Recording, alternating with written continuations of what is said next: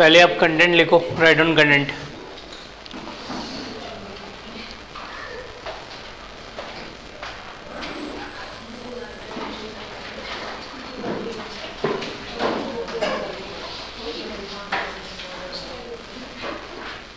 Name लिख ली paper का, econometrics.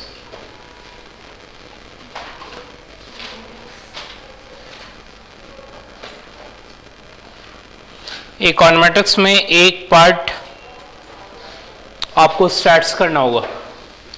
Stats वो करना है जो आपने पिछले सेमेस्टर में कंप्लीट नहीं किया, रादर से सैम्पलिंग आपका कंप्लीट नहीं हुआ था। 50% सैम्पलिंग या रादर से 40% सैम्पलिंग आपने कर लिया था, ठीक है।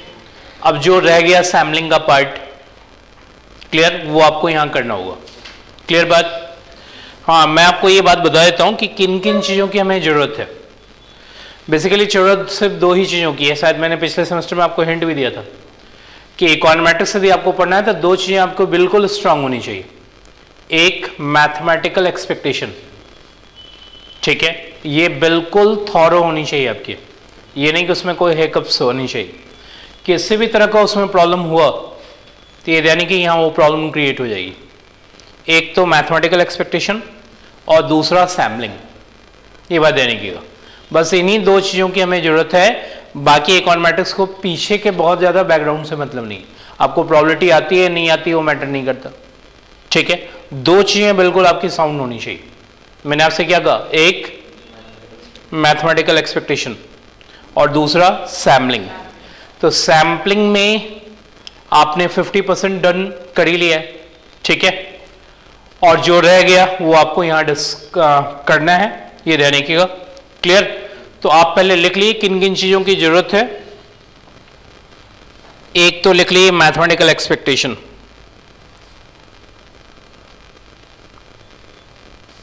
जो ऑलरेडी आप कर चुके हो, ये यानी कि यहां नहीं करना, ठीक है। और दूसरा सैम्पलिंग। सैम्पलिंग में भी मैं आपसे क्लियरली कहूं, फर्स्ट वन एस्टिमेशन जो आपने कर लिया, एस्टिमेशन आप कर चुके हो, और यहां जो आपको करना है वो हाइपोथेसिस टेस्टिंग करना है। हाइपोथेसिस टेस्टिंग क्लियरली लिख लीजिए। एक्चुअल में ये करना आपको,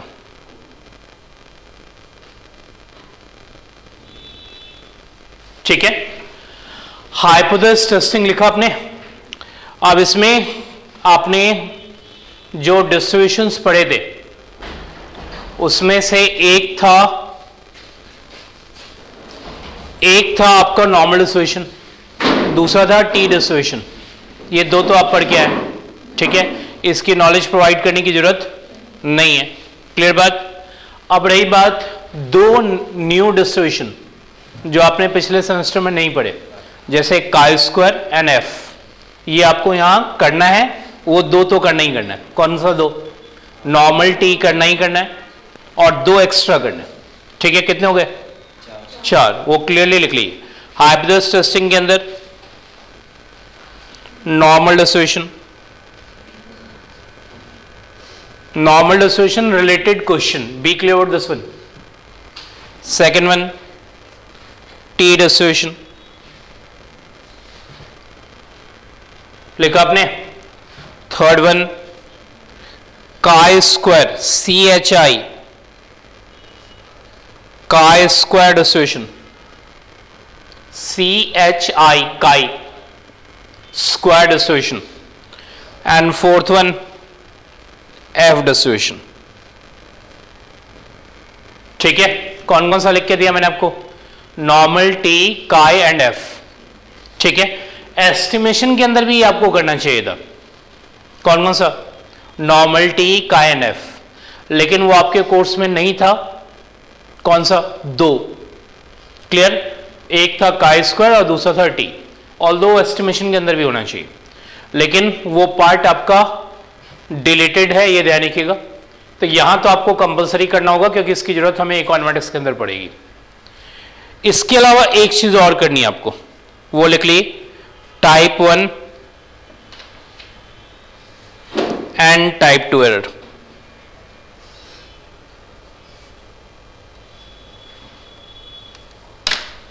type 1 and type 2 error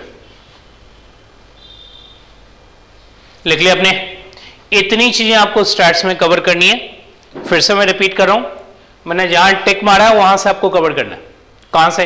hypothesis testing के अंदर 4 डिस्ट्रीब्यूशन और टाइप 1 टाइप 2 एरर। ये बात क्लियर? जरूरत किसकी है वो मैंने आपको समझा दिया। एक एक्सपेक्टेशन की जरूरत है और दूसरा सैम्पलिंग की जरूरत है। मतलब इकोनॉमेटिक्स आप पढ़ेंगे तो इसकी जरूरत आपको जरूर पड़ेगी, इसके बिना इकोनॉमेटिक्स नहीं हो सकती है। क्लियर बात? सबको बात समझ में आ गई? अब मुझसे पूछेंगे स्टैट्स की क्या वेटेज है, तो ये यानी कि स्टैट्स की कोई वेटेज नहीं। हो सकता है वो आपसे क्वेश्चन पूछे, हो सकता है वो आपसे नहीं पूछे। क्लियर? जैसे पिछली बार पूछेंगे कि पिछली बार आया था तो नोट टाइप 1 टाइप 2 एरर से क्वेश्चन आ गया था, उससे पिछली बार आया था तो मैं कहूंगा नहीं आया था। ठीक है, लेकिन हाँ एक बात ध्यान रखिएगा कि इसके बिना इकोनॉमेटिक्स हो नहीं सकती, इसलिए ये एसेंशियल नॉलेज है आपकी। क्लियर? आपको बहुत ज्यादा डिटेल्स में नहीं जाना है, लेकिन एटलीस्ट आपको उसकी नॉलेज होनी चाहिए, क्योंकि उसके बिना इकोनॉमेटिक्स हो ही नहीं सकती। क्लियर बात? अब टू द पॉइंट अपने इकोनॉमेटिक्स की तरफ आ जाइए।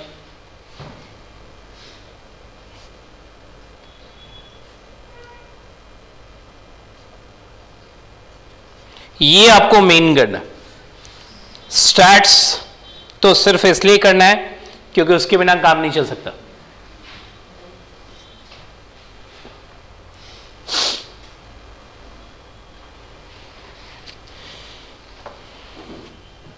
हाँ लिखिए, स्टार्ट करें।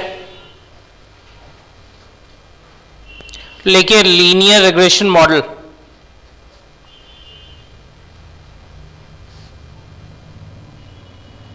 in 2 variables।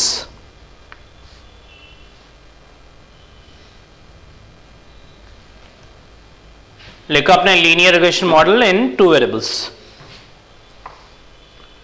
लिखिए second one, multiple regression model.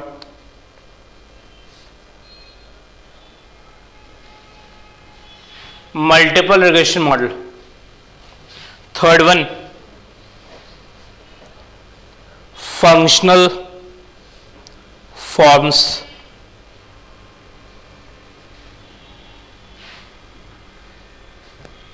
Fourth one, dummy variables,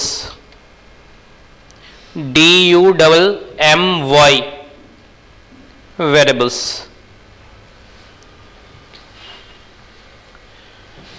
लेकिन नेक्स्ट, स्पेसिफिकेशन एरर्स।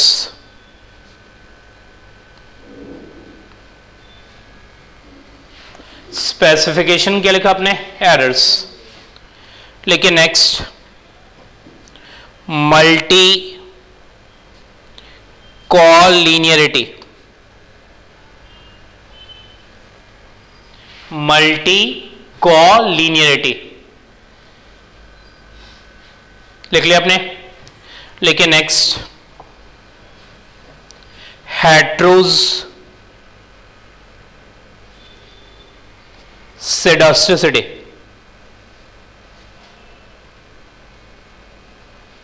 हेटेरोस HETROSCDASTICITY।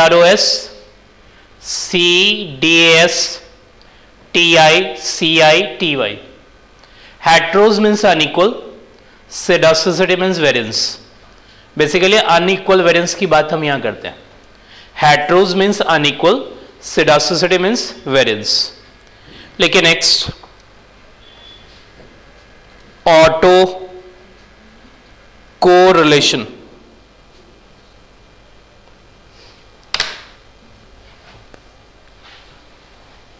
लिख लिया आपने? ये आपका कंटेंट जो आपको कवर करना है। ठीक है, क्लियर? रफ आइडिया पहले ड्यूरेशंस के मैं आपको बता दूं। मेरे हिसाब से स्टैट्स में आपकी क्लासेस 5 to 6 होगी। लिख लीजिए यदि लिखना चाहें तो 5 to 6 1.5 आवर की क्लास, ठीक है, क्लियर। अब आइए जरा इकोनॉमेटिक्स की तरफ, जो आपको मेन करना है। सबसे पहला चैप्टर, ये बात ध्यान रखिएगा कि इकोनॉमेटिक्स में स्टार्टिंग में टफनेस लेवल बहुत ज्यादा है, ठीक है, बाद के चैप्टर्स में उतनी टफनेस लेवल आपको नहीं होगी, लेकिन स्टार्टिंग में प्रॉब्लम हो सकता है, ये रूल्ड आउट नहीं, ये बात ध्यान रखिएगा। स्टार्टिंग के 3 चैप्टर्स,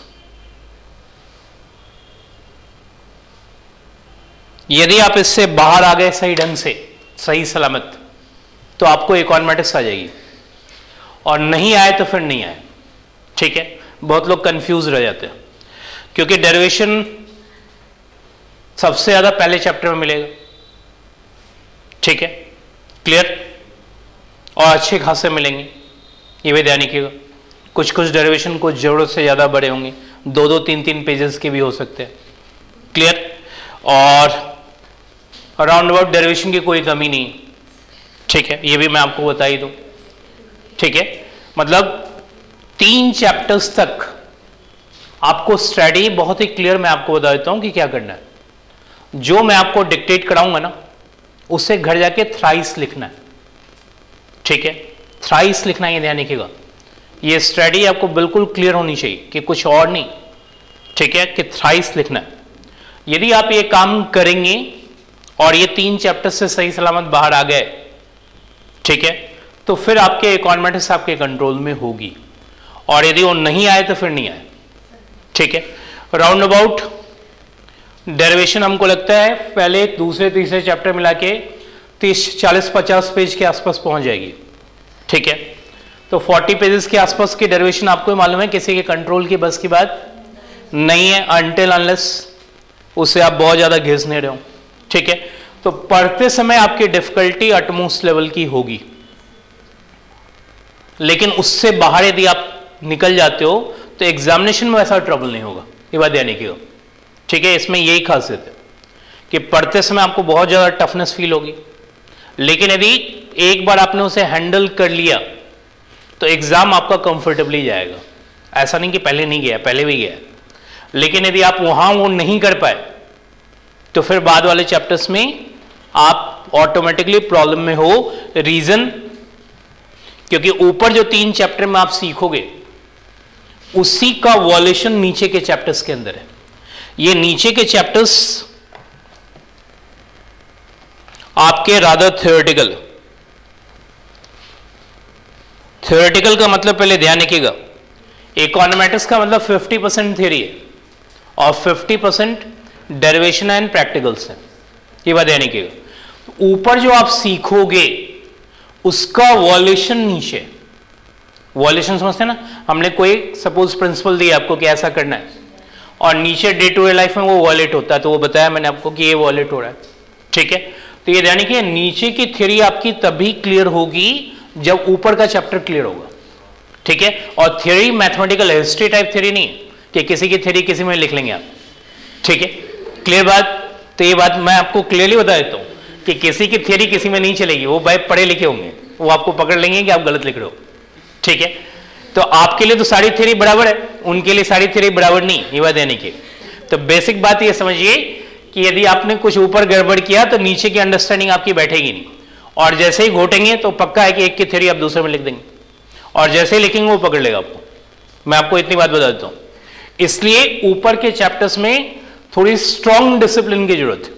और डिसिप्लिन मैंने आपको इतना ही समझाया कि क्या करना है, जो मैं आपको क्लास में डिक्टेट कराऊं दूसरी क्लास से पहले, ये नहीं कि बाद में लिख लेंगे, बाद में लिखेंगे तो दूसरे जब क्लास करने आएंगे तो पीछे से रिलेटेड होगा, और जैसे ही पीछे से रिलेटेड होगा तो अगली क्लास में समझ में आना बंद हो जाएगा, ठीक है। तो ये भी एक प्रॉब्लम एरिया है, आपको ये डिसिप्लिन हमेशा मेंटेन करके रखनी होगी, ठीक है। अब रही बात कितने कितने ड्यूरेशन लगेंगे, वो मैं आपको रफली बता देता हूं। चैप्टर नंबर 1 जो मोस्ट डिफिकल्ट होगा, उसके अराउंड आपकी क्लासेस होंगे 6, लिख ली 6 क्लासेस, ठीक है। 6 कंफर्म है, ये ध्यान रखिएगा, थोड़ा इधर उधर भी हो सकता है। और ड्यूरेशन मेरे हिसाब से 1.5 आवर से ऊपर इकोनॉमेटिक्स मानिए, sometimes 1 hour 45 minutes, sometimes 2 hours, ये ध्यान रखिएगा, ये जो ड्यूरेशन मैं आपको बोल रहा हूं, क्लियर।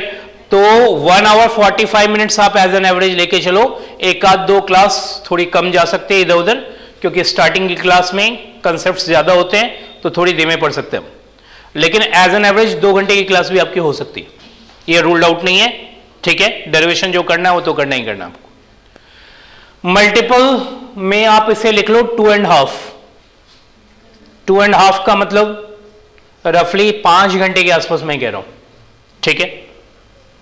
फंक्शनल फॉर्म में 3 क्लासेस आपकी कंफर्म है, 3 कंफर्म है, चौथे में जा सकते हैं, ठीक है। डमी वेरिएबल आपकी 2.5, स्पेसिफिकेशन एरर मेरे हिसाब से 1 घंटे में हो जाएगा आपका, क्योंकि आपके कोर्स में यहां कुछ नहीं है, जो भी है वो सेमेस्टर 5 में, सेमेस्टर 5 में अप्लाइड इकोनॉमेटिक्स यदि आप लेंगे तो यहां जो आपकी पोजीशन छूटेगी अप्लाइड वहां से पिक करेगी, कंफर्म। तो स्पेसिफिकेशन एंड एरर वाला चैप्टर जो है वो इंट्रोडक्टरी आपका, सिर्फ नॉलेज प्रोवाइड की जाएगी, इसके आगे की प्रोसीड नहीं है उसके अंदर, ठीक है। वो सेमेस्टर 5 के अंदर आपको मिलेगा स्पेसिफिकेशन एरर के फॉर्म में, ठीक है, वहां मेन चैप्टर होगा। यहां वहां चैप्टर पढ़ाने में 4 क्लासेस लगती है और यहां 1 घंटे में आपकी हो जाएगी, इसका मतलब सिर्फ इंट्रो। मल्टी क्वांटिटी की क्लास आपकी फॉर्म है, ड्यूरेशन में आपको बोल ही चुका हूं 1 आवर 45 मिनट्स के आसपास की मैं कह रहा हूं। हेट्रोसेसिटी 3 क्लासेस रफली, ऑटो कोरिलेशन 2 क्लासेस। पहले आप ऐड कर लिए कितना होगा,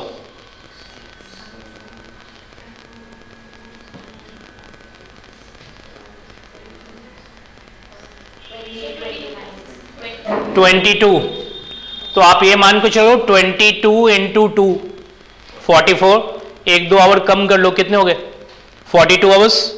42 आवर्स यहां से आपकी, और रफली 9-10 आवर्स आपके आसपास एक स्टार्ट है। तो मैंने आपको रफ एस्टिमेशन दिया है कितने आवर्स की, 52 आवर्स की, ठीक है। तो रफ एस्टिमेशन इकोनॉमेटिक्स के अंदर, क्लियर बात, सब बात समझ में आ गई। हाँ, मैं आपको क्या प्रोवाइड करूंगा,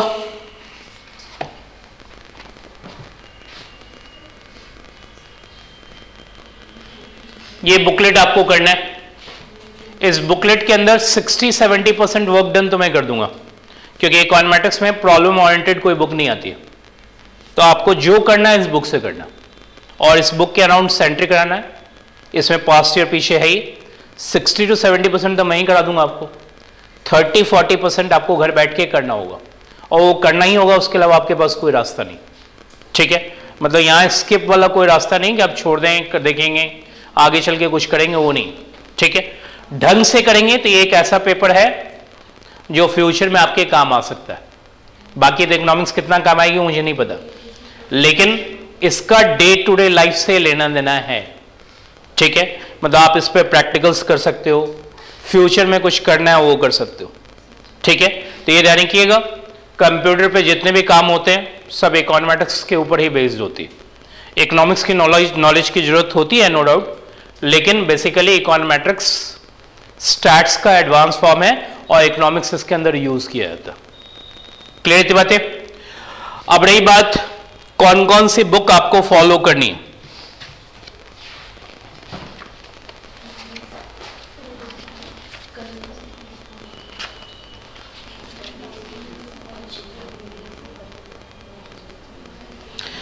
ये आपका कोर्स कंटेंट है, एक बार देख लीजिएगा, बहुत ही क्लियर कट लिखा हुआ होता है, इसलिए आपको कोई प्रॉब्लम नहीं।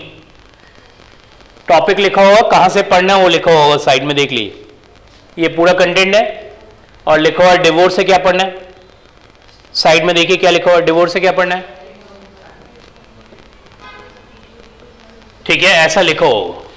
मतलब आपको क्लियर कट इंस्ट्रक्शन, इधर चैप्टर होगा उधर क्लियर कट इंस्ट्रक्शन होगा कि कहां से आपको पढ़ना है, ठीक है। इसमें बेसिकली 3 बुक की मेंशन है, एक तो डिवोर्स से आपको स्टार्ट्स कवर करना है, क्लियर बात। दूसरी बुक वहां लिखी हुई है नीचे गुजराती, और एक और लिखी हुई है डोगरटी। इन दोनों बुक का नेम मैं आपको क्लियरली लिखवा देता हूं, ठीक है, बाकी कंटेंट साइड में लिखा हुआ है, रेफरेंस साइड में लिखा हुआ है, वो सब आपके रीडिंग लिस्ट में होता है। ठीक है,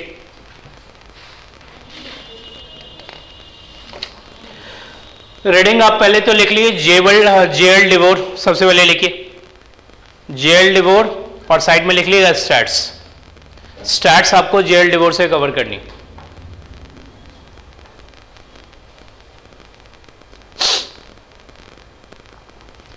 बुक नंबर 2 लिखिए,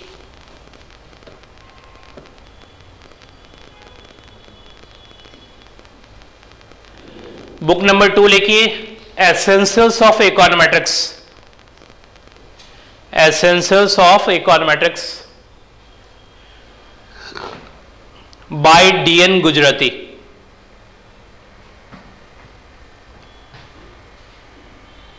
एसेंशियल्स ऑफ इकोनोमेट्रिक्स बाय क्या लिखा आपने, डीएन गुजराती। ठीक है, अब आइए थर्ड वन,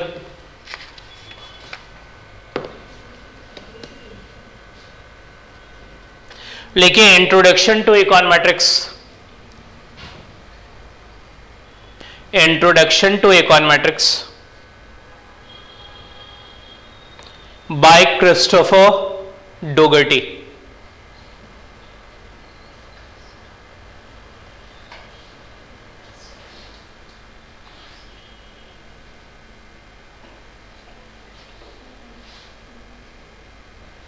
ठीक है, लिख लिया आपने।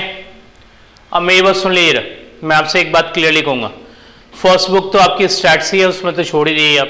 क्वेश्चन में मैंने आपको समझा ही दिया कि आप कभी भी कॉन्फिडेंट होकर नहीं सोचेंगे उसमें क्वेश्चन होगा, मतलब हो सकता हो भी, हो सकता है नहीं भी हो, लेकिन जानना जरूरी है। आपके पास दो इकोनोमेटिक्स की बुक है, एक एसेंशियल्स ऑफ इकोनोमेटिक्स, दूसरा हाँ इंट्रोडक्शन टू इकोनोमेटिक्स बाय डोगर्टी। ठीक है, बुक नंबर 1 आपका इजी बुक है, ये यानी कि एसेंशियल्स ऑफ इकोनोमेटिक्स। ये बुक आप जब भी पढ़ेंगे आपको सब कुछ समझ में आएगा। ठीक है, डोगर्टी वाली बुक आपकी थोड़ी टेढ़ी है, ये बात देने की, तो थोड़ी टेढ़ी है तो वो थोड़ी सी देर से समझ में आएगी, क्लियर बात। लेकिन आप एक काम जो करेंगे वो सिंसियरली मैंने आपको समझाया, क्या कि जो मैं आपको डिक्टेट कराऊं उसको थ्राइस लिखना है फंक्शनल फॉर्म तक।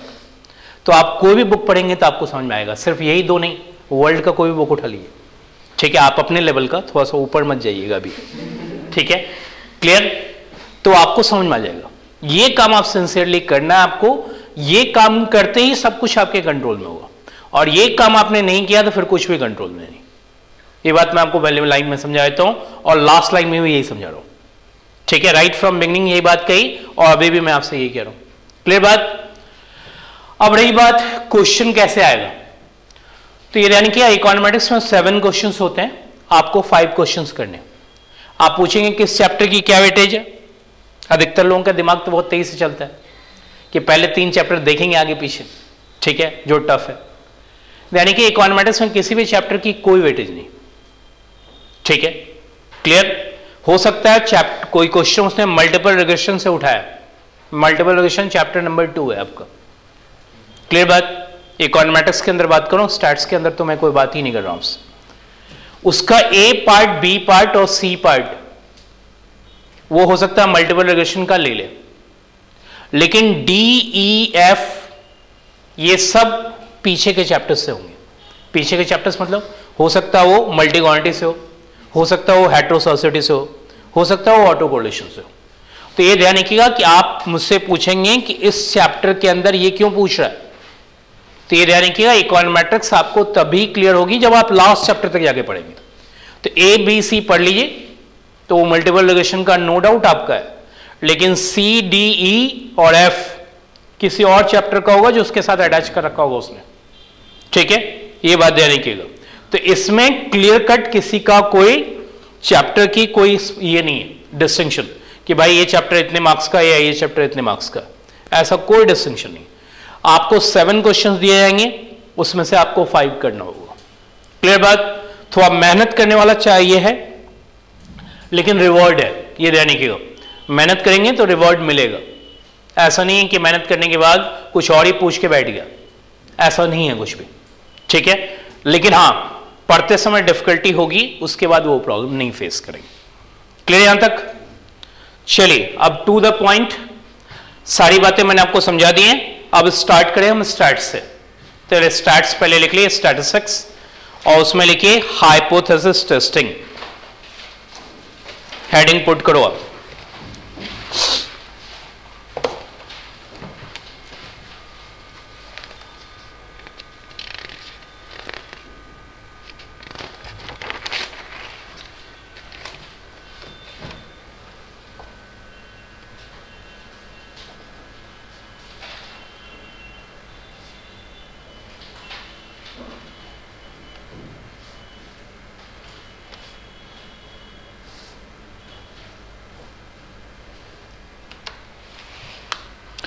लिखा आपने? लिखिए फर्स्ट पॉइंट, लिखिए hypothesis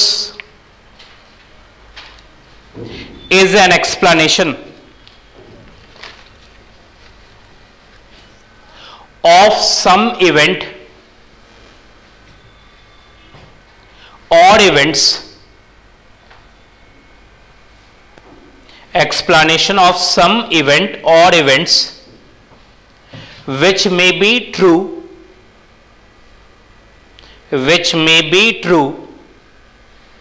or false explanation, which may be true or false explanation.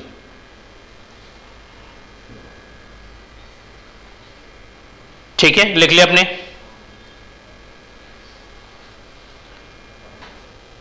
लिखिए पॉइंट नंबर 2, उसके बाद मैं आपको मीनिंग एक्सप्लेन करूंगा। लिखिए the term null hypothesis, NULL, the term null hypothesis represents an idea that there is no difference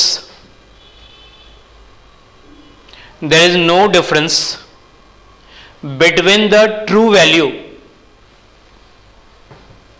there is no difference between the true value and the value that we hypothesized.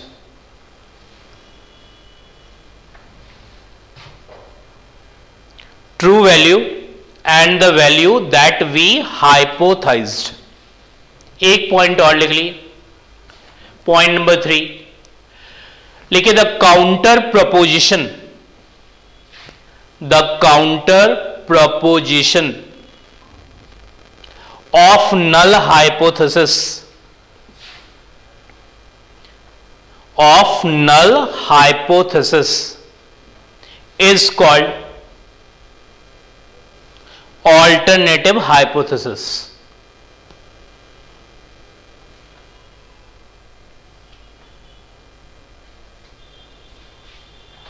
ठीक है, लिख लिया आपने तीनों point. अब एक एक करके बात सुनेंगे आप, जो मैं आपसे कह रहा हूं। सबसे पहले फर्स्ट लाइन पढ़िए, क्या लिखा है? Hypothesis is an explanation of some event और events which may be true और फॉल्स एक्सप्लेनेशन। मेरी बात सुनिए, मैं आपसे क्या कह रहा हूं। मैंने आपसे कहा कि इंडिया का पर कैपिटा इनकम 5000 रुपीज है। क्या कहा मैंने आपको? इंडिया का पर कैपिटा इनकम 5000 रुपीज है। तो ये एक हाइपोथेसिस है, जो आप स्टेटमेंट बोल रहे हो ना, उस स्टेटमेंट को हम कहते हैं हाइपोथेसिस। तो मैंने क्या लिखवा है? Hypothesis is an explanation of some event. यहां इवेंट क्या है? कि मैं इंडिया के पर कैपिटा इनकम को एक्सप्लेन कर रहा हूं। कितना कह रहा हूं? 5000।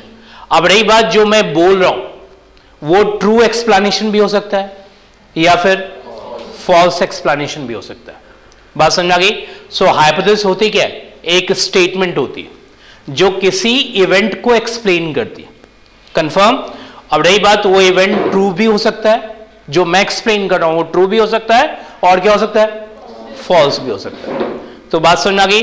Hypothesis means explanation of some event which may be true explanation और may be false explanation. Confirm? So पहला टर्म सबको क्लियर? सेकंड पढ़ी, क्या लिखा हुआ? The term null hypothesis represents an idea that there is no difference between the true value and the value that we, आप मेरी बात सुनिए, नल हाइपोथेसिस ये कहती है कि जो आप कह रहे हो, क्या कह रहा हूं मैं, कि इंडिया का पर कैपिटा इनकम कितना है? 5000, और जो एक्चुअल में होगा, अब किसी को नहीं मालूम एक्चुअल में क्या होगा इंडिया जैसे कंट्री में, क्योंकि हम इतने कम संख्या में तो है नहीं, ठीक है। तो जो मैं कह रहा हूं और जो एक्चुअल में होगा, इसमें किसी भी तरह का कोई डिफरेंस नहीं है। मतलब आपके मुंह से निकला हुआ स्टेटमेंट को मैं एज इट इज ले रहा हूं कि हाँ भाई, इंडिया का पर कैपिटा इनकम आप कह रहे हो ना 5000 है, तो मैं कह रहा हूं 5000 है, ठीक है। अब रही बात है या नहीं है, ये तो सैंपल के थ्रू टेस्ट होगा कि आप कितना सही कह रहे हो, कितना गलत कह रहे हो। जब आपके ऊपर टेस्टिंग होगी तो ये बात कंफर्म होगी। तो फिलहाल क्या कहती है नल हाइपोथेसिस, कि जो भी आप कह रहे हो वो क्या है? सही है, ठीक है। जिसको कहते हैं ना फेस वैल्यू पे लेना, ठीक है। आपने कहा, मैंने मान लिया कि थोड़ी देर के लिए है, क्लियर थी बातें। अब ऑल्टरनेटिव हाइपोथेसिस क्या कहती है? लिखा हो ना, the counter proposition of null hypothesis is called. तो काउंटर क्या हो सकता है इसका, मुझे बताइए। मैंने क्या कहा था, इंडिया का पर कैपिटा इनकम कितना है, तो आप क्या कहोगे इसका काउंटर, कि 5000 नहीं है, ठीक है, 5000 से कुछ नहीं हो सकता, ठीक है। एक तो काउंटर ये हो सकती है, दूसरा काउंटर ये हो सकती है कि 5000 से ज्यादा है। भाई 5000 में तो कुछ नहीं होने जा रहा है, 5000 से ज्यादा होना चाहिए, क्लियर। और तीसरा क्या हो सकता है कि भाई 5000 से कम है, भाई ये बहुत ज्यादा मुझे लग रहा है, इतना नहीं होगा, क्लियर, क्योंकि इंडिया में अभी भी बहुत ज्यादा गरीबी, तो इसका मतलब 5000 भी होने के कोई चांसेस नहीं है, 5000 से कम होना चाहिए। तो तीन तरह से आप काउंटर कर सकते हो, क्या क्या? एक तो 5000 नहीं है, जो आप कह रहे हो बिल्कुल गलत। दूसरा 5000 से ज्यादा, दिल्ली में रहते हो, आपको मालूम है 5000 में कुछ नहीं हो सकता, हाँ ही नहीं, तो आपके अकॉर्डिंग वो 5000 से ज्यादा है। गांव जाएंगे, ठीक है, उनको लग सकता है ये 5000 से कम है। सो काउंटर प्रोपोजिशन तीन तरीके से हो सकती है, एक तो नहीं है, दूसरा ज्यादा है, तीसरा कम है। बात सबको क्लियर? अब जो बातें मैंने आपको बताई वो मैं यहां लिख देता हूं। H मीन्स हाइपोथेसिस, 0 मीन्स नल। 0 मीन्स आपको मालूम है, 0 को नल भी कहते हैं, ठीक है। तो नल हाइपोथेसिस क्या कह रही थी कि इंडिया का पर कैपिटा इनकम कितना है? 5000। आपको मालूम है इंडिया का per capita income means population mean. Population mean के लिए कौन सा सिंबल यूज करते हैं? म्यू। क्या यूज करते हैं? म्यू। अब इसका counter, H means hypothesis, A means alternative, इसका काउंटर प्रोपोजिशन क्या हो सकता है? या तो 5000 नहीं है, या फिर बताइए 5000 से ज्यादा है, या फिर क्या होगा 5000 से कम है, ठीक है। यानी कि कम और ज्यादा, कम और ज्यादा, ये आपको क्वेश्चन एक्सप्लेन करेगा, ठीक है। नॉट इक्वल टू के लिए क्वेश्चन एक्सप्लेन कुछ भी नहीं देगा, मतलब क्वेश्चन में ही लिखा हुआ होगा कहीं ना कहीं हिंट में कि ये ज्यादा उनको टेस्ट करना, ठीक है, या कम टेस्ट करना, ये क्वेश्चन में लिखा हुआ होगा, be clear about this one, ठीक है। और यदि कुछ नहीं लिखा हुआ है तो फिर नॉट इक्वल टू। ये बात सबको समझ में आ गई, ठीक है, यहां तक क्लियर। अब आइए क्वेश्चन लेते हैं और क्वेश्चन के थ्रू ही चीजों को क्लियर करेंगे, बाकी उसका कोई मीनिंग नहीं बनता है कि आगे क्या करना।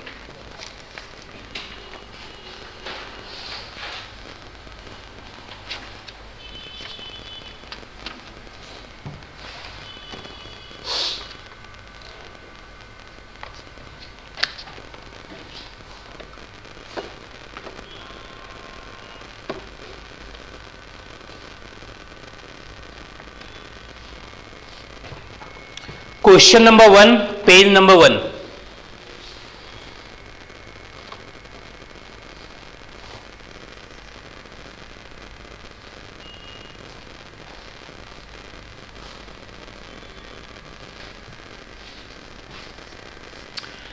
हाँ, क्वेश्चन बढ़िया। पहले ध्यान रखिएगा, सैम्पलिंग में क्वेश्चन थोड़ा बड़ा बड़ा होता है, ठीक है।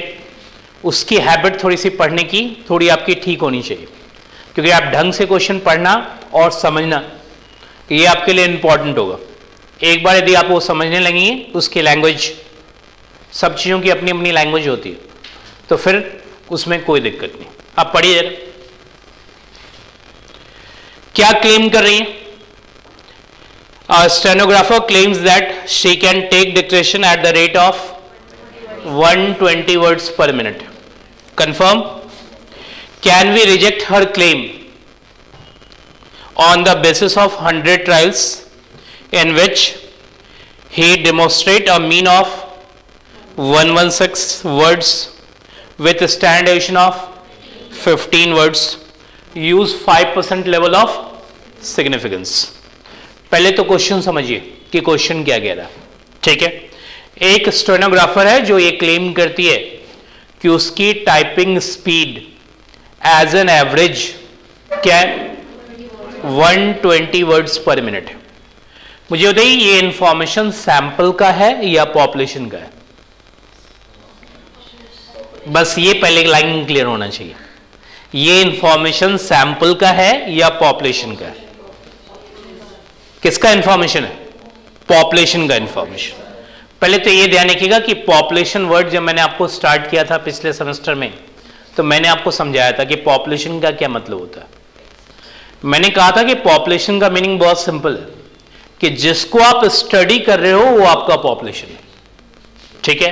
पॉपुलेशन का मतलब कतई नहीं इंडिया जैसा पॉपुलेशन, ठीक है। ये बात पहले ध्यान रखिए, मैं पहले लाइन में ये बात आपसे कह रहा हूं। मतलब आपके दिमाग में अधिकतर लोगों का पॉपुलेशन का लिटरल मीनिंग आ जाता है, यहां ऐसा लिटरल मीनिंग नहीं है। जिसको आप स्टडी कर रहे हो वो आपका पॉपुलेशन। आप ब्लिस पॉइंट को स्टडी करो, मैंने कहा भी था आपसे, तो ब्लिस पॉइंट क्या आपका? पॉपुलेशन, ठीक है। यहां किसको स्टडी कर रहा हो? उसकी टाइपिंग स्पीड स्टडी हो रही है। भाई कितनी टाइपिंग स्पीड हो सकती है, ठीक है। तो टाइपिंग स्पीड इज पॉपुलेशन, पहले ये ध्यान रखिए। अब रही बात उसने कितना क्लेम किया, तो ये ध्यान रखिए वो पहले से टाइप करती होंगी, आज नहीं अचानक उनके 120 वर्ड्स पर मिनट नहीं हो गए होंगे, ठीक है।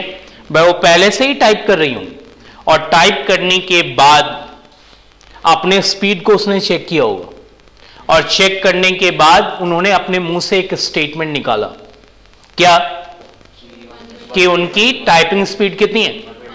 ये यानी कि जब भी स्टेटमेंट आपके मुंह से जनरलाइज निकलेगा तो ये पॉपुलेशन को रिप्रेजेंट करेगा।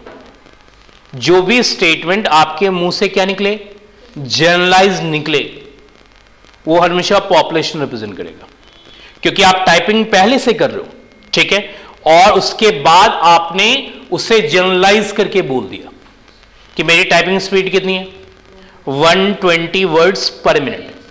मुझे बताइए क्या ये 120 words per minute as an average की बात हो रही है? हाँ नहीं हो रही है ना, एज एन एवरेज की बात। एवरेज मतलब मीन, और मीन दो ही तरह के होते हैं, एक पॉपुलेशन मीन, दूसरा, तो मुझे बताइए कौन सा मीन है? पॉपुलेशन मीन, क्योंकि ये जनरलाइज स्टेटमेंट। तो लिखिए म्यू इज इक्वल टू 120। अब जैसे ही आपने ये बोला, ठीक है, तो आपके ऊपर ट्रायल्स होंगे कि भाई आप सच बोल रहे हो, झूठ बोल रहे हो, या चेक कर लेते हैं। कितने ट्रायल्स हुए आपके ऊपर? तो लिखिए एन आपका 100, स्मॉल एन लिखिएगा, स्मॉल एन 100। उस 100 ट्रायल्स का मीन क्या निकल के आया? तो ये सैंपल मीन है, पॉपुलेशन मीन है? 100 ट्रायल्स का मीन है, that's why it is sample mean. लिखिए x बार 116। आगे क्या लिखा हुआ है? Standard deviation of 15 words. तो मतलब उसी 100 ट्रायल्स का मीन है और उसी 100 ट्रायल्स का स्टैंडर्ड डेविएशन है। तो लिखिए s इज इक्वल टू 15। सारी बातें लिख ली आपने। लेवल ऑफ सिग्निफिकेंस कितना है? 5%। बस ये याद रखिएगा, ठीक है। अभी जरूरत नहीं है, वो आगे चल के जरूरत पड़ेगी। क्लियर यहां तक? सबसे पहले नल हाइपोथेसिस सेट करना है। क्लियर बात? लिखिए H0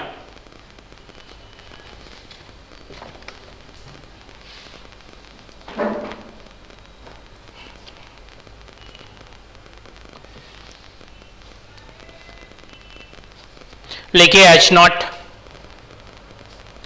कितनी टाइपिंग स्पीड उन्होंने क्लेम की थी?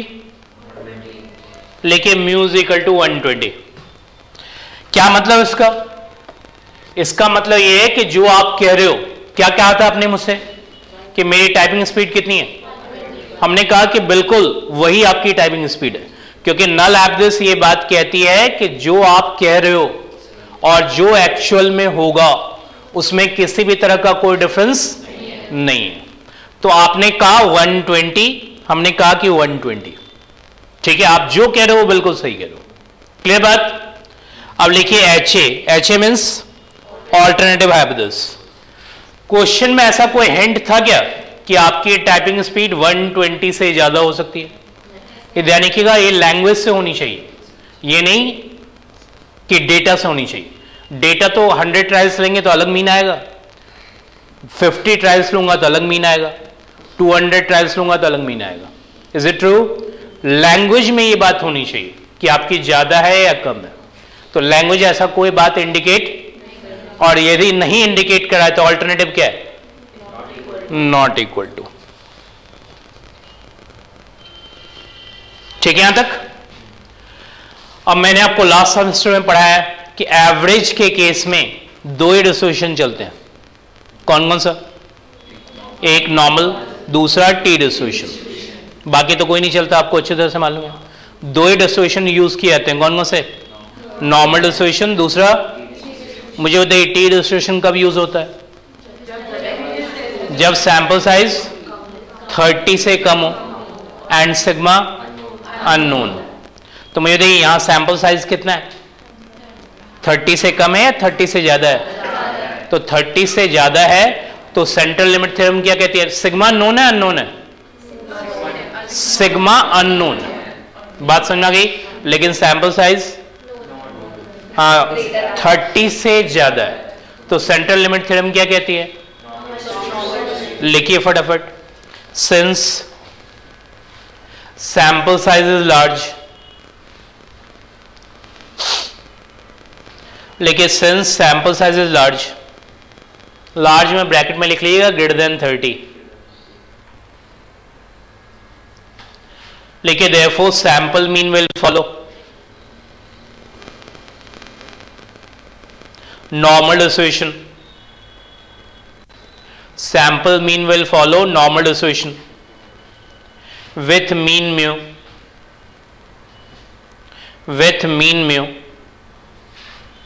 and variance sigma square ban, with mean mu and variance sigma square ban. ठीक है, लिखिए that is एक्स बार। मैं आपके लिए लिख रहा हूं follows normal distribution mu comma sigma square ban. ठीक है यहां तक? किसी को कोई प्रॉब्लम? ब्रैकेट में लिख लीजिएगा बाय सेंट्रल लिमिट थ्योरम। एक बार जरूर लिख लीजिए by central limit theorem. Theorem का नेम जरूर होना चाहिए। लिखिए therefore z is equal to x bar minus expectation of x bar upon क्या लिखते थे? Standard of x bar. लिखने का तरीका याद है? एक्स बार माइनस क्या? Expectation of x bar upon standard of x bar is equal to x bar minus mu. Standard of x bar क्या होता है? Sigma by root N. याद है? फॉलोज, ज्यादा दिन नहीं हुआ है, 7 डेज ही गए। Normal distribution 0 1, normal distribution 0 1 confirm. Standard normal z is equal to x bar minus mu. Standard of x bar क्या होता है? Sigma by root n. Follows normal distribution में स्टैंडर्ड नॉर्मल, दैट इज 0 1, क्योंकि z में आप convert कर रहे हो। कंफर्म यहां तक?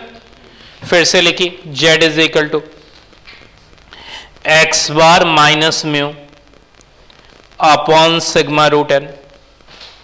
एक्स बार की वैल्यू मैंने आपको लिखवाई है क्वेश्चन के अंदर, देखिए कितना। लिखिए 116। म्यू, म्यू भी लिखवाया मैंने आपको, लिखिए 120। क्या आपके पास सिग्मा अवेलेबल है? नहीं है। तो सिग्मा अवेलेबल यदि नहीं है और सैंपल साइज लार्ज है तो आपका सैंपल स्टैंडर्ड डेविएशन किस ढंग से काम करेगा? पॉपुलेशन स्टैंडर्ड डेविएशन की तरह काम करेगा। तो यहां लिख लीजिए सिग्मा हैट। सिग्मा हैट का मतलब एस। सिग्मा हैट का मतलब यदि आपकी सैंपल साइज लार्ज है तो सैंपल स्टैंडर्ड डेविएशन किसकी तरह काम करेगा? पॉपुलेशन स्टैंडर्ड डेविएशन की तरह काम करेगा। दैट्स वाई हमने हैट उसके ऊपर पुट कर रखा है।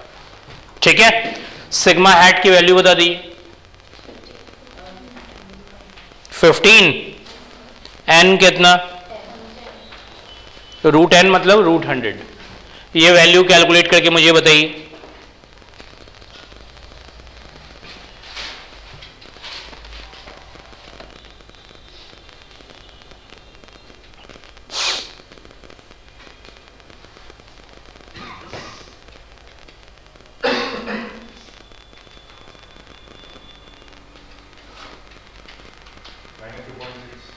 कितना?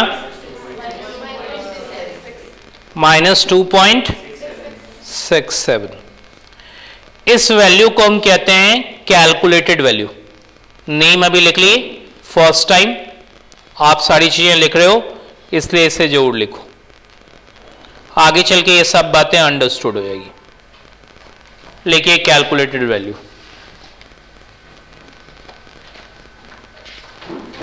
ठीक है, यहां तक लिख लिया आपने। लिखिए next line, in order to decide, language में लिखिए in order to decide the null hypothesis.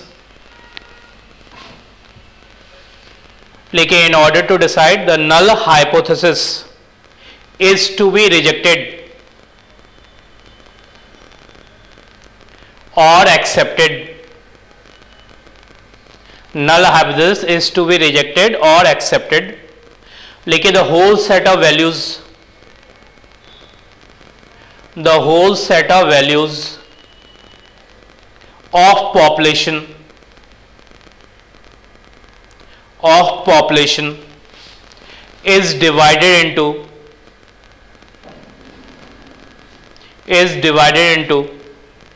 two regions.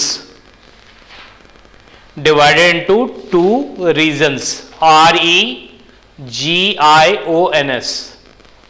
लिख लिया आपने, is divided into क्या लिखा आपने? two regions। लिखिए first one rejection region, first one rejection region, second one acceptance region, second one acceptance region. लिख लिया आपने। हमने क्या कहा आपसे? In order to decide whether the null hypothesis is to be rejected और क्या? Accepted, the whole set of values of population is divided into two regions. First one rejection, second one acceptance region. मुझे बताइए कि level of significance कितना था आपका? 5%। आपको कहा था मैंने याद रखने के लिए। नीचे लिखिए लेवल ऑफ सिग्निफिकेंस।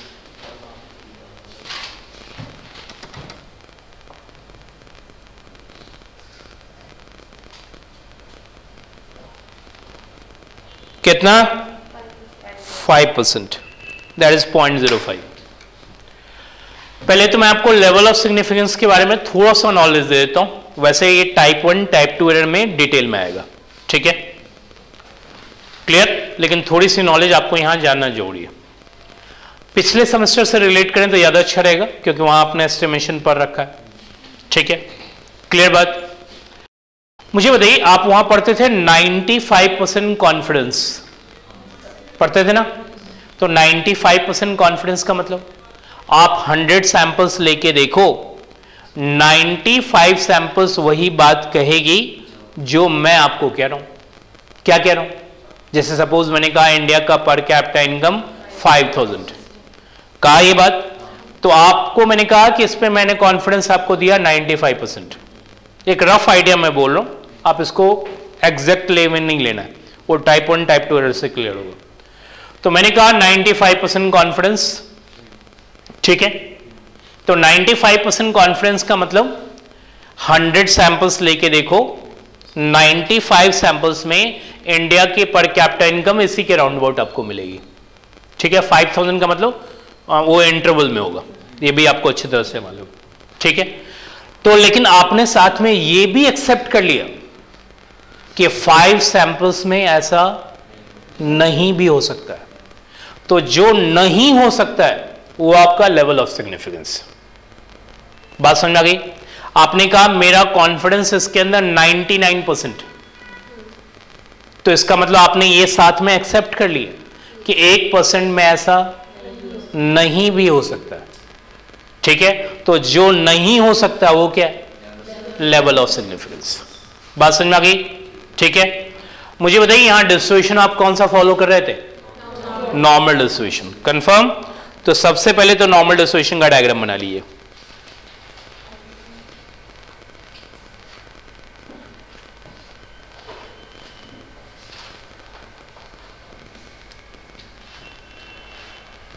बना लिया आपने, ठीक है। अब रही बात 5% में ऐसा नहीं भी हो सकता है, इसका मतलब 95% में होगा ना, है नहीं? तो यहां से यहां तक का रीजन आपका 95% होगा। एक मिनट, अभी इंडिकेट नहीं करेंगे आप, जब मैं इंडिकेट करने के लिए कहूंगा तो करेंगे। भाई आप कह रहे हो ना 5% में नहीं हो सकता, तो नहीं हो सकता है इसका मतलब, ठीक है, कि 95% में हो सकता है। तो ये रीजन आपकी एक्सेप्टेंस रीजन, ये रीजन आपकी, और ये आपकी 95%। कंफर्म?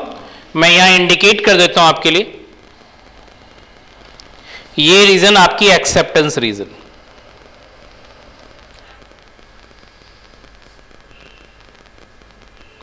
और ये रीजन आपकी रिजेक्शन रीजन।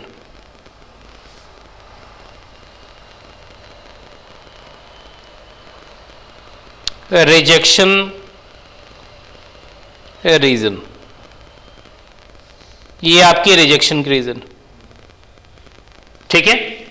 तो मुझे दे 5% में नहीं हो सकता, इसका 95% बीच का रीजन है, और 5% रिजेक्शन वाला पार्ट।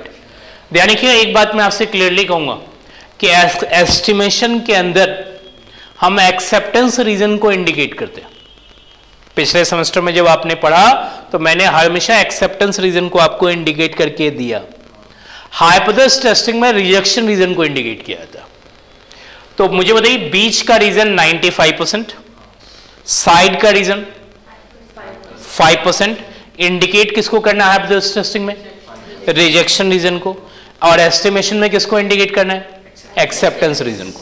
ये बेसिक डिफरेंस है, इस बात का ध्यान रखिएगा, उल्टा शेड नहीं करना है, ठीक है। एक बार किसी को वैल्यू याद है? 95% पे क्या वैल्यू लिखते थे? 1.96, और 90% पे क्या लिखते थे? 1.645 विथ प्लस माइनस साइन, और 99% पे क्या लिखते थे? ये बात सबको क्लियर? तो ऑब्वियसली ये आपका 1.96 है, ठीक है। यहां तक ये बात सबको क्लियर? ये 1.96, दूसरी तरफ -1.96। इस वैल्यू को लोग कहते हैं क्रिटिकल वैल्यू। यहां एक नेम है क्रिटिकल वैल्यू, या कुछ लोग कहते हैं टेबुलेटेड वैल्यू। टेबुलेटेड वैल्यू का कुछ खास मीनिंग नहीं है, टेबल से लिया हुआ वैल्यू है, ठीक है। टेबुलेटेड वैल्यू कुछ मीनिंग नहीं है, बात ध्यान रखिएगा। यदि कोई वैल्यू आप टेबल से लेंगे, that's why it is called. हम तो दो ही वैल्यू जानते हैं, एक कैलकुलेटेड वैल्यू, दूसरा क्रिटिकल वैल्यू, ठीक है। यहां तक सब लोगों ने यहां तक इंडिकेट कर लिया। अब आपने पॉइंट को देखिए, आपने कैलकुलेटेड वैल्यू कहां लिए? कितनी आई आपकी कैलकुलेटेड वैल्यू? यहां देखिए, कंसिडरेट किए, कितनी आई आपकी कैलकुलेटेड वैल्यू? -2.67। ये मुझे बताइए -2.67 कहां प्लॉट होगा? एक्सेप्टेंस में या रिजेक्शन में? कहां प्लॉट होगा? तो यहां इंडिकेट की -2.67। प्लॉट कर दी, रफ आइडिया प्लॉट किएगा, बहुत ज्यादा एक्सट्रीम पे नहीं, थोड़ा नजदीक प्लॉट किया, मैंने दूर प्लॉट कर दिया, ठीक है, इतना दूर होगा नहीं, बहुत नजदीक होगा थोड़ा सा, प्लॉट कर दिया आपने। यदि एक कैलकुलेटेड वैल्यू इधर कंसंट्रेट किए आपके रिजेक्शन रीजन में जाए तो आपको ये नल हाइपोथेसिस रिजेक्ट करना, नल हाइपोथेसिस रिजेक्ट करना। और यदि एक कैलकुलेटेड वैल्यू एक्सेप्टेंस रीजन में जाए तो आपको नल हाइपोथेसिस एक्सेप्ट करना। तो मुझे बताइए आपकी कैलकुलेटेड वैल्यू कहां गई, एक्सेप्टेंस में या रिजेक्शन में? तो लिखिए नीचे लैंग्वेज में, since calculated value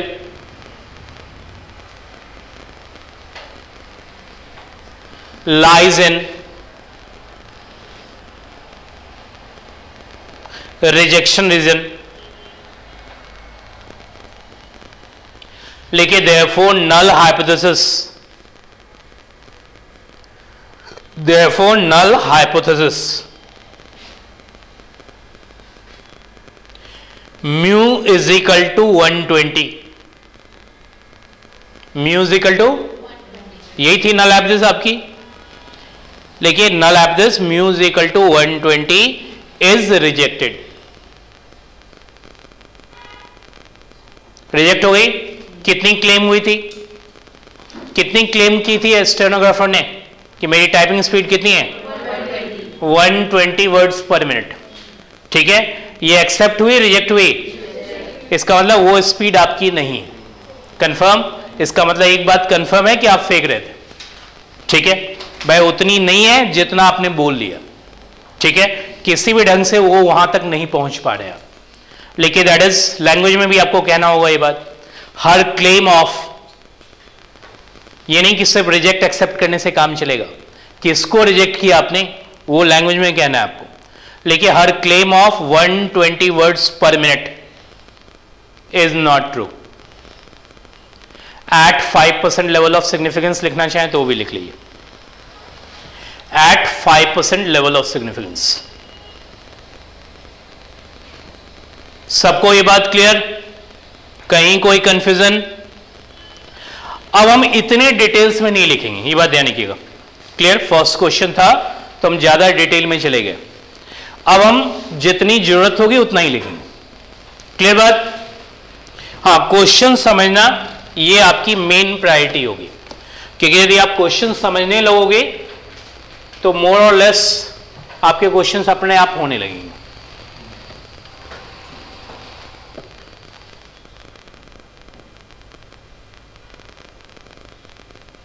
question number 3, आप पहले क्वेश्चन पढ़ो।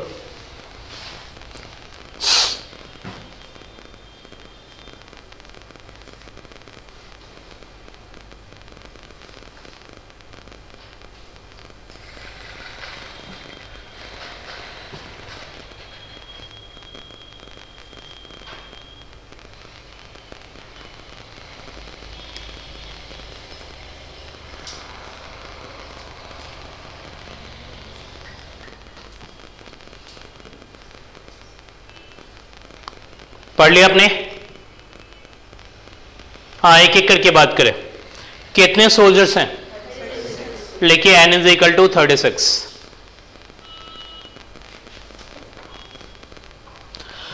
आगे लिखा है एवरेज लाइफ जो बूट्स की आई है वो है 1.08। ये कितने सोल्जर्स की है? तो ये सैंपल मीन है, पॉपुलेशन मीन है, ये बात मुझे क्लियरली बताइए।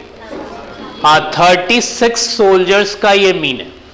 मीन मतलब एवरेज बूट ऑफ लाइफ की, ठीक है। तो ये सैंपल मीन है, पॉपुलेशन मीन है, सैंपल मीन, कंफर्म। तो लिखिए x बार 1.08 लिखा हुआ है with standard deviation 0.6, sample standard deviation, population standard deviation. हाँ, लिखिए s इज इक्वल टू 0.6। ये बात सबको क्लियर? कितने सोल्जर्स हैं? 36। उनकी एवरेज लाइफ बूट्स की कितनी आई? 1.08, दैट्स वाई सैंपल मीन। और उसमें वेरिएशन कितना देखा गया? That's why it is sample standard deviation, ठीक है। अब देखिए इसके बाद क्या लिखा हुआ है। Under the standard conditions, the boots are known to have average life of, हाँ ये एवरेज लाइफ स्टैंडर्ड कंडीशन में. Is it generalise statement? तो जनरलाइज स्टेटमेंट किसको रिप्रेजेंट करता है? पॉपुलेशन. किसको रिप्रेजेंट करता है?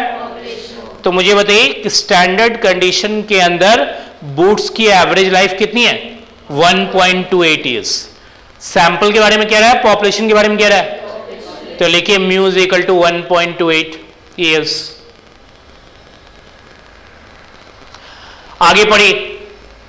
Is there a reason to assert at 1% level of significance that use in, वहां इन होना चाहिए वर्ड ध्यान रखिएगा, desert causes the mean life of such boots to decrease.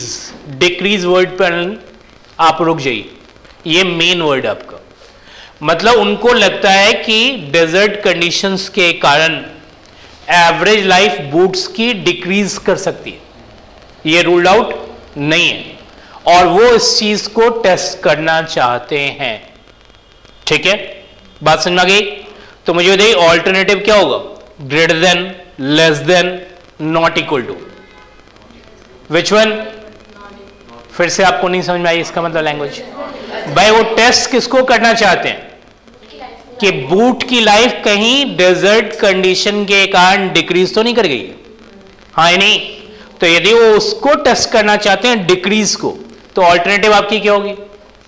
Less than. और यदि वो कहते हैं कि बूट्स की लाइफ इंक्रीज कर गई है, ये टेस्ट करो, तो फिर ग्रेटर होता. और यदि वो कुछ नहीं कहते तो नॉट इक्वल टू होता. बात समझ में आ गई सबको? क्लियर? तो लिखिए एच नॉट. लिखने आता है? लिखिए mu is equal to 1.28 years. H naught क्या लिखा आपने? Mu is equal to 1.28 years. आगे लिखिए एच ए. क्या लिखेंगे? Mu is less than 1.28 years. ठीक है यहां तक? ये मैंने आपके लिए लिख दिया. यहां तक क्लियर? एक बार बताइए सैंपल साइज आपका कितना है? 36. 30 क्रॉस कर रहा है, हाँ या नहीं? पॉपुलेशन स्टैंडर्डाइजेशन नोन है अननोन है? अननोन है. लेकिन सैंपल साइज तो 30 क्रॉस कर रही है ना, तो सेंट्रल लिमिट थ्योरम क्या कहती है? तो लिखिए since sample size is large, लिखिए since sample size is large, लिखिए therefore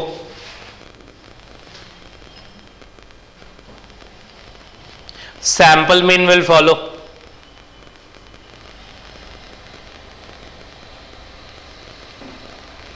Since sample size is large, therefore sample mean will follow normal distribution. Sample mean will follow normal distribution with mean mu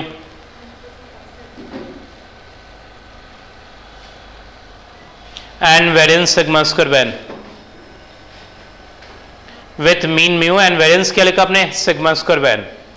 bracket में लिखिए by central limit theorem. By central limit theorem लिखिए therefore z is equal to x bar minus expectation of x bar upon standard of x bar, that is x bar minus mu upon sigma root n. लिखिए follows normal distribution 0 1. ठीक है यहां तक? कोई problem? आगे लिखिए z is equal to x bar minus mu upon sigma root n. x bar की value बता दी. x बार की वैल्यू आपके पास कितनी है? म्यू की वैल्यू बताइए. सिग्मा आपके पास अवेलेबल है? तो सिग्मा हैट से काम चलाना होगा। सिग्मा हैट का मतलब एस, एस की वैल्यू बता दी 0.6, एन बताओ 36, कितनी वैल्यू -2। इस वैल्यू को हम क्या कहते हैं, कैलकुलेटेड वैल्यू या क्रिटिकल वैल्यू? एक बार फिर से ब्रैकेट में लिख लिए कैलकुलेटेड वैल्यू, लिख लिया आपने। क्वेश्चन में लेवल ऑफ सिग्निफिकेंस गिवन था कितना %? 1%। लेकिन लेवल ऑफ सिग्निफिकेंस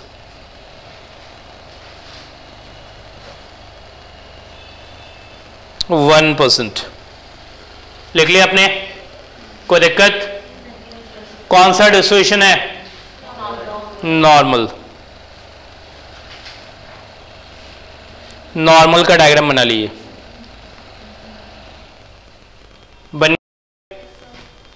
अब मेरी बात सुनिए जरा, एक बात मुझे और कहनी है आपको जो पिछले क्वेश्चन में नहीं कह सका था मैं आपको, या समटाइम्स इसलिए नहीं कहा था कि जरूरत से ज्यादा इंफॉर्मेशन एक ही जगह पे कहने पे कंफ्यूजन क्रिएट होती है। इधर देखिए, नॉर्मल डिस्ट्रीब्यूशन का डायग्राम आपने बना लिया। अब इधर सुनिए मेरी बात, आपको जब रिजेक्शन रीजन इंडिकेट करना होगा तो आपकी कंसंट्रेशन हमेशा ऑल्टरनेटिव पे होनी चाहिए। किस पे होनी चाहिए? हाँ, रिजेक्शन रीजन इंडिकेट करते हैं, ये बात ध्यान रखिएगा हाइपोथेसिस टेस्टिंग में, और एस्टिमेशन में एक्सेप्टेंस रीजन इंडिकेट करते हैं। फिलहाल तो हम हाइपोथेसिस टेस्टिंग में, तो हम किसको इंडिकेट करेंगे? और ये डिसाइड कौन करेगा? Alternative hypothesis. ऑल्टरनेटिव हाइपोथेसिस यदि नॉट इक्वल टू हो, क्या हो? Not equal to. Not equal to का क्या मतलब होता है? ज्यादा भी हो सकता है और इसका मतलब आपके पास जो लेवल ऑफ सिग्निफिकेंस होगा उसका 2 पार्ट में डिवीजन हो जाएगा। क्योंकि आपसे मैंने पूछा नॉट इक्वल टू का क्या मीनिंग होता है, आपने क्या कहा?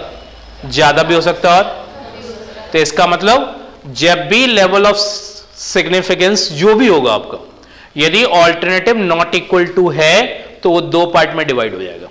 जैसे पिछले केस में लेवल ऑफ सिग्निफिकेंस हमारी कितनी थी? 5%। आपने देखा ऑल्टरनेटिव में नॉट इक्वल टू था, तो मैंने 5% को 2 पार्ट में डिवाइड कर लिया, 2.5% in the right and 2.5% in the left.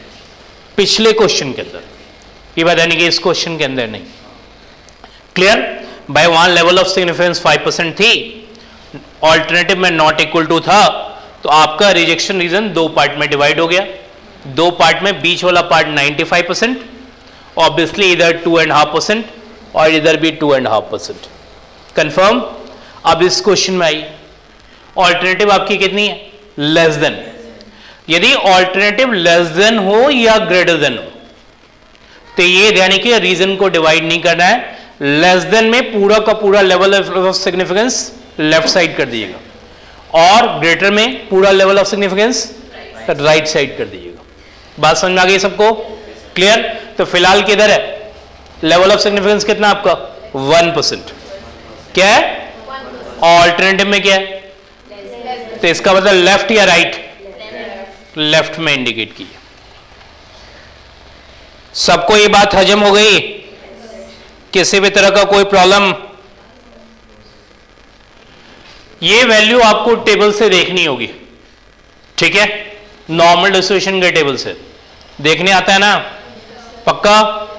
फिलहाल वैल्यू मैं आपके लिए लिख देता हूं देख के, लेकिन आपको इसे टेबल से चेक करना होगा। और नेक्स्ट क्लास से ये बात ध्यान रखिएगा कि जब तक आपको मैं न्यू टेबल नहीं देता, न्यू टेबल मैं आपको दूंगा, ठीक है? तब तक आप पुराना टेबल यदि आपके पास है तो आप उसे यूज कर सकते हो, ठीक है? यदि आपके पास है तो आप देख के मुझे बताओ। 1% पे देखना। नॉर्मल डिस्ट्रीब्यूशन 0.01 के कॉरस्पॉन्डिंग वैल्यू, एरिया के कॉरस्पॉन्डिंग वैल्यू, ये वैल्यू मेरे पास जो अवेलेबल है वो -2.33 है।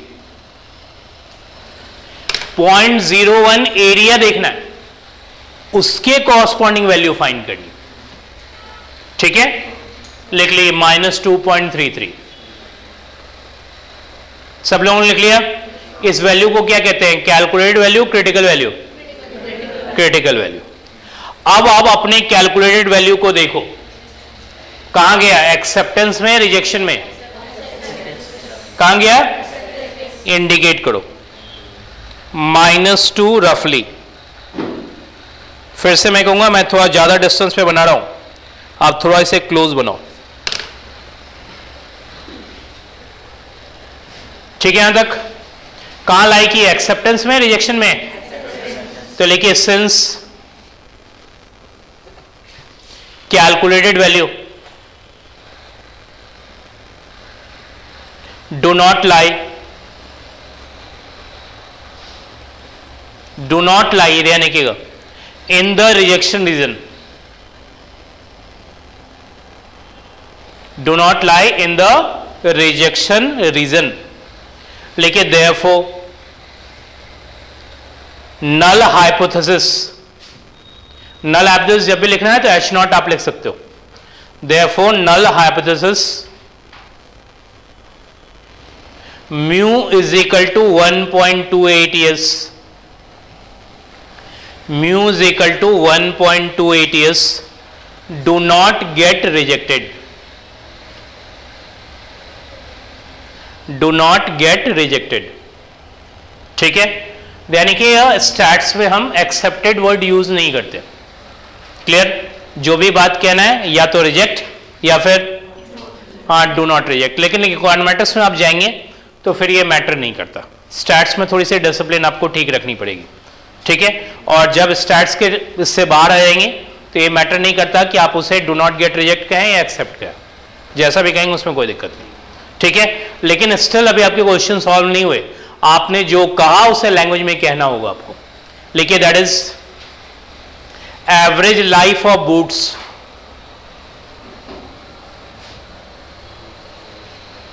average life of boots is still 1.28 years, is still 1.28 years even after desert condition, even after desert condition। ये बात कितने लेवल ऑफ सिग्निफिकेंस पे कही मैंने आपको? लिखना चाहें ब्रैकेट में लिख लीजिएगा eight 1% level of significance.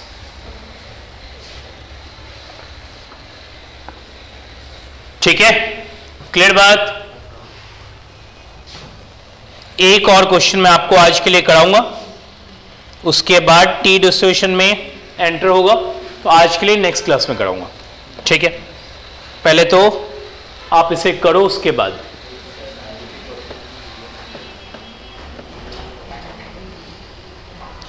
Question number 5। आप पहले क्वेश्चन पढ़ो।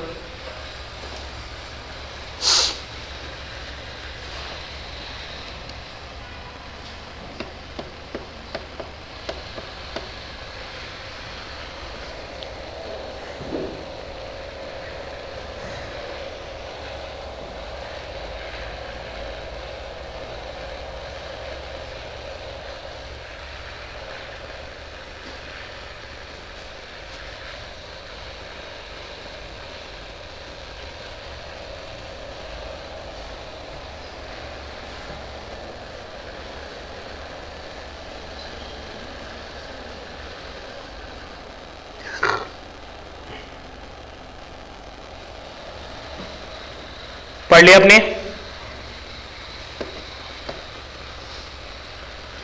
एक एक करके बात करें आपसे, जो बात मैं आपसे पूछूंगा। क्या लिखो? Radio shop sells on average 200 radios per day with standard deviation of 50 radios. मुझे बताइए एज एन एवरेज कितना बेचता हो? 200, और उसमें स्टैंडर्ड डेविएशन कितना है? मुझे ये इंफॉर्मेशन सैंपल का है या पॉपुलेशन का है? पॉपुलेशन का, क्योंकि सैंपल का यदि होता तो आगे सैंपल साइज जरूर लिखी होती है नहीं? तो इसका मतलब म्यू हमारा कितना है? फटाफट लिख लिए, म्यू 200।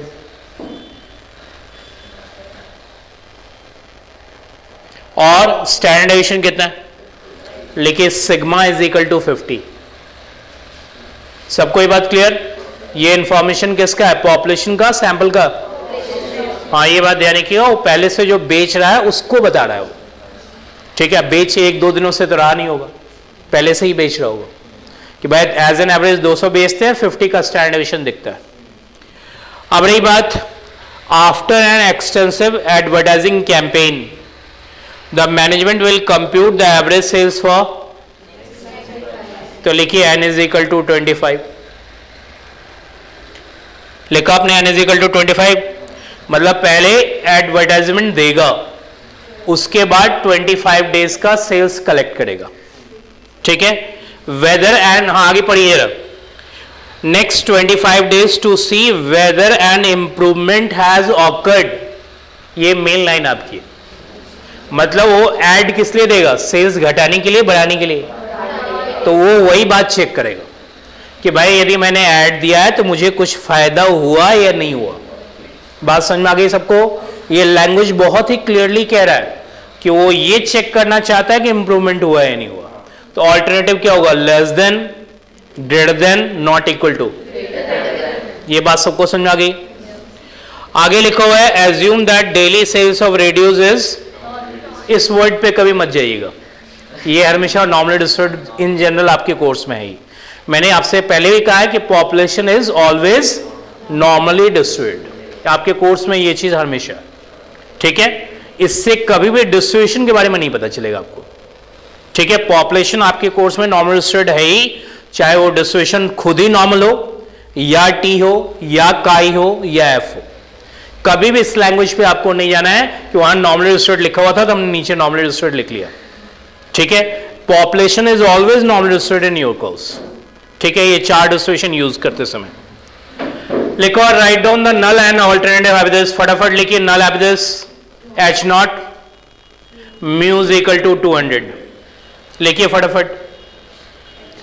एच नॉट क्या, mu is equal to 200। Alternative H A greater than 200। सब लोगों ने लिख लिया? आगे लिखा है test the hypothesis at 5% level of significance, जब एक्स बार कितनी है, ठीक है? वो तो चलिए एक्स बार भी लिख ली ऊपर टॉप पे, एक्स बार आपको गिवन है 216। अब मुझे बताइए, जो बात मैं आपसे पूछूंगा, कौन सा डिस्ट्रीब्यूशन यूज करेंगे?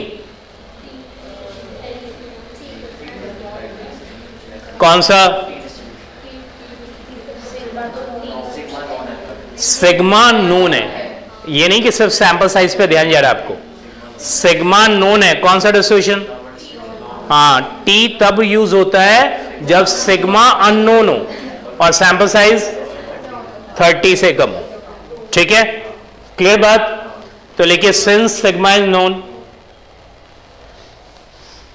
लिखिए सिंस सिग्मा इज नोन, लिखिए देयरफॉर सीधा लिखिए, डायरेक्ट मैं आपके लिए लिख देता हूं, x bar follows normal distribution mu comma sigma square by n. एक लाइन में लिख दिए, लिख लिया आपने? लिखिए that is z is equal to x bar minus expectation of x bar standard of x bar minus mu sigma root n follows normal distribution 0-1। ठीक है यहां तक? That is z is equal to x bar minus mu upon sigma root n. X bar की value बताइए 216, mu बताओ 200, sigma बताओ 50, N बताओ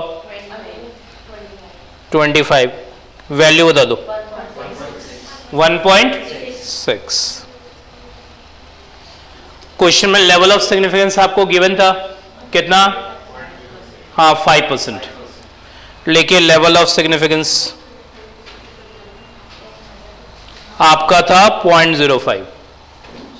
ये आपको गिवन था लेवल ऑफ सिग्निफिकेंस। डायग्राम बनाइए नॉर्मल डिस्ट्रीब्यूशन का, बन गया। अब मुझे बताइए, जो बात मैं आपसे पूछूंगा, इंडिकेशन रिजेक्शन रीजन का करना है, तो उसके लिए ऑल्टरनेटिव देखते हैं। मुझे बताइए, ऑल्टरनेटिव में ग्रेटर है, लेसर है, नॉट इक्वल टू है। तो ग्रेटर है तो मैंने आपको क्या समझाया, राइट, और लेस देन होता तो लेफ्ट, और नॉट इक्वल टू होता तो बोथ साइड, मतलब 5% का 2 पार्ट में डिवीजन। तो फिलहाल तो राइट, तो राइट में इंडिकेट कर दिए। ठीक है, यहां तक 0.05 ये आपका रीजन हुआ, इंडिकेट कर दीजिएगा। तो मुझे बताइए, यदि ये 0.05 है तो लेफ्ट साइड वाला कितना है, 95%। टेबल किस पे देखेंगे, 5% पे या 95% पे?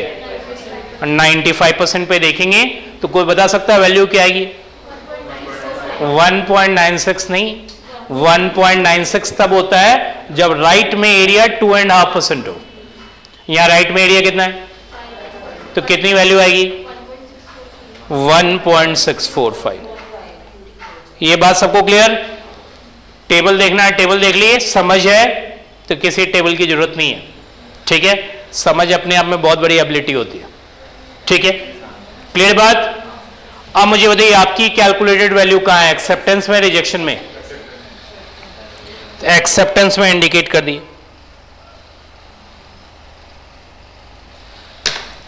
एक्सेप्टेंस में कंफर्म। अब लिखिए, since calculated value do not lie, language एक ही तरह से चलती है, बात ध्यान रखिएगा, एक बार ट्रेंड लाइन पकड़ना है। Since calculated value do not lie in the rejection region, therefore null habitus mu is equal to 200 do not get rejected.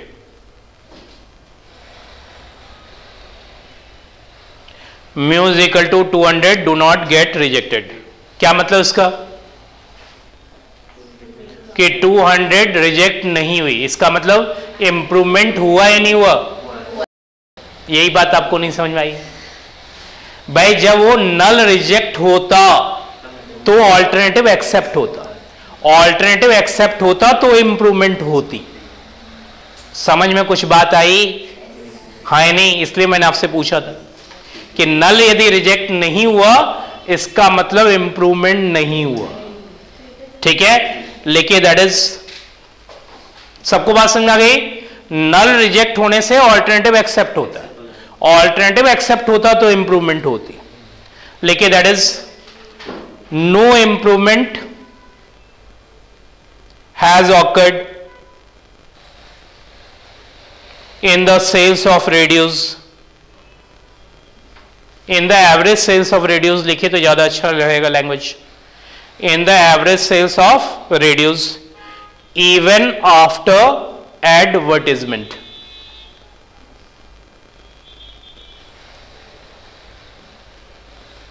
ये बात कितने level, percent level of significance पे मैंने आपसे कही?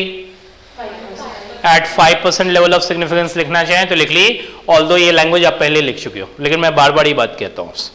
ठीक है, क्लियर? एक माइनर सी बात इसमें और है अटैच आपकी, क्या लिखा हुआ है? How large must x bar be in order that null hypothesis is rejected at 5% level of significance. आपको मालूम है नल एब्सिस उसी केस में रिजेक्ट हो सकता है जब आपकी कैलकुलेटेड वैल्यू 1.645 क्रॉस कर जाए। क्या क्रॉस कर जाए? हाँ, तो लिखिए फटाफट थर्ड पार्ट के लिए, null hypothesis will be rejected, लिखिए if calculated value of z is greater than का साइन लगा दीजिएगा 1.645, null hypothesis will be rejected if calculate value of z is greater than, क्या लिखा आपने, लेकिन आपको जेड में आंसर नहीं करना है, किस में आंसर करना है, एक्स बार में। जेड क्या होता है, x bar minus mu upon, हाँ वो उसके नीचे लिखिए, आपने लिखा ना z greater than 1.645, x bar minus mu upon sigma root n greater than 1.645, x bar mu कितना 200, सिग्मा कितना 50 और एन कितना 25। सारी वैल्यू सब्स्टिट्यूट कर दिए, 50 सिग्मा 50 और कितना एन कितना √25, कंफर्म, ग्रेटर देन 1.645। अब यहां से एक्स बार की वैल्यू निकाल लीजिए, लेके x bar minus 200 greater than कितना होगा, हाँ पहले तो आएगा 16.45, so x bar is greater than कितना 216.45। सबको क्लियर, सबको बात समझ में आ गई। एक क्वेश्चन नंबर 2 में जो आपने अभी किया है, क्वेश्चन नंबर 3 किया था ना, और अभी 5 किया था। क्वेश्चन नंबर 3 में यदि आपके पास स्पेस है तो एक नोट लिख लीजिएगा नीचे लास्ट लाइन पे, क्वेश्चन नंबर 3 के जस्ट नीचे। मुझे बताइए आपकी सैंपल साइज कितनी थी क्वेश्चन नंबर 3 के अंदर, 36। सेंट्रल लिमिट थ्योरम क्या कहती है कि 30 क्रॉस कर जाए तो क्या लगा सकते हैं, लेकिन आपकी बुक जो डिवोर है वो ये कहती है कि सैंपल साइज यदि 40 तक हो तो आप टी डिस्ट्रीब्यूशन का यूज कर सकते हो। क्या यूज कर सकते हो, वो आप नोट में लिख लो। मैं आपसे इतनी बात कहूंगा, सिर्फ डिवोर के अकॉर्डिंग, बाकी सब बुक के अकॉर्डिंग नहीं, ठीक है, कि सैंपल साइज यदि आपकी कितनी तो हो, मैं आपको लिखवा देता हूं, नोट में लिखिए, लेकिन since sample size is less then 40, 3 के नीचे लिखिएगा, बाकी जगह नोट नहीं लिखिएगा, उसी के नीचे लिख लीजिए, since sample size is less then 40 and population standard deviation is unknown, लेकिन therefore T distribution will be used, therefore T distribution can be used, will be used मत यूज कीजिए, लेकिन therefore T distribution can be used in this case, ठीक है। ये reference किससे लिया हमने, हाँ बस वही आपकी बुक है जो ये बात कहती है, तो मैंने आपको ये बात समझा दी। क्लियर, सारी बातें हो गई। चलिए आज के लिए यहीं तक। एक माइनर सी बात मुझे कहनी है कि यदि किसी को ऑनलाइन जाना है, ठीक है, तो वो जा सकता है, राइट टाइम है कि अपना आप ऑनलाइन कर लीजिए, ठीक है, क्लियर। ऑफलाइन तो आपकी सर्विस अवेलेबल है ही कि भाई यहाँ रिकॉर्ड होगी तो वहाँ जाएगी, तो ऑनलाइन वाले यदि आप इधर की तरफ मूव करना चाहें तो भी ऐसा कोई प्रॉब्लम नहीं, लेकिन उस केस में आप सोच लीजिएगा कि आपको क्या करना है, और हमारे को थोड़ा कम डिस्टर्ब करेंगे आप, ठीक है। बाद में बीच में डिस्टर्बेंस ज़्यादा हो जाती है कि अब मैं इधर नहीं उधर रहना चाहता हूँ, वो बड़ा टफ हो जाता है हमारे लिए हैंडल करना, ठीक है। तो एक पॉइंट ये कहना है मुझे। दूसरा पॉइंट ये कहना है कि आपको सर ने भेज ही दिया होगा मैसेज फीस के बारे में, 30th तक आपको क्लियर है कि फीस कितनी है, उसके बाद आपकी फीस पर पेपर 6000 होगी, ठीक है। तो वो भी अपना पॉइंट ऑफ व्यू ध्यान रखिएगा, दूसरा पॉइंट ऑफ व्यू, क्लियर। बाकी हम क्लासेस आपके रिकॉर्ड करके ये होगा, बुकलेट मैं आपको दे दूंगा, टेबल मैं आपको दे दूंगा, आपको कुछ नहीं करना है, एक रजिस्टर बुकलेट लेके आना है, और स्टैट्स में कैलकुलेटर की जरूरत पड़ेगी आपको, स्टैट्स क्या इकोनॉमेटिक्स में भी पड़ेगी आपको, ठीक है। बाकी हमें कोई ये नहीं है, सिंसियरिटी थोड़ी रखनी है, पेपर थोड़ा पढ़ते समय आपको थोड़ी दिक्कत हो सकती है, लेकिन बाद में ऐसा कोई प्रॉब्लम नहीं, क्लियर बात। चलिए